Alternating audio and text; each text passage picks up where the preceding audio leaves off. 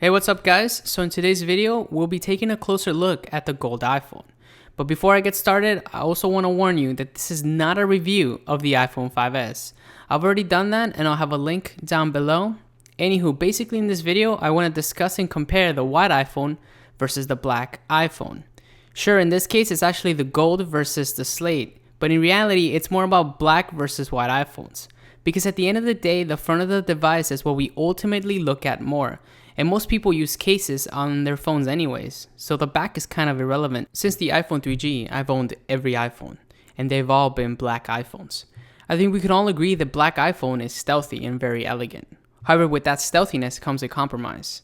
With the black iPhone, all the fine details that Apple put into creating the phone basically disappear, bringing forth the content and only your content that you're consuming. Sure, that's fantastic when you're viewing a video, but if you want your device to look beautiful and truly stand out, you should definitely pick a white iPhone. And every time I say white iPhones, I'm referring to both the gold and silver iPhones. And this applies to Android and any other phone for that matter. For those who are familiar with the Nexus 5, well, I kind of wish that the white Nexus 5 was entirely white and not just the back. So basically, in my opinion, white iPhones are better looking than the black iPhones. Sure, this is just my opinion, and maybe it's partially based on owning so many black iPhones.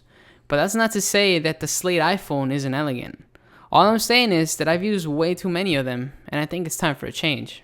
This is why my next iPhone is most likely going to be a white iPhone with a silver backing. Sure, gold looks nice and elegant, but it might be a little too flashy for my taste. I'll also be purchasing an iPad Air, which might also be white. Heck, I've even pre-ordered a white PS4 that's bundled with Destiny. So be on the lookout for that video when the console's released later this September. The purpose behind this video is to provide some really nice and beautiful shots of the white iPhone. Sure, in this case it's the gold iPhone, but at the end of the day we're comparing the front of the iPhones, which are white and black. I know for a fact that when deciding between the colors before I bought the iPhones, I would Google footage just to see what the device would look like, and then I would make my decision. In this case, it's the gold iPhone, but to be honest with you, the gold isn't over the top like I thought it would be. It's actually a mellow gold and hardly noticeable, to be honest. I also really like how the home button pops. It makes the iPhone 5S truly stand out.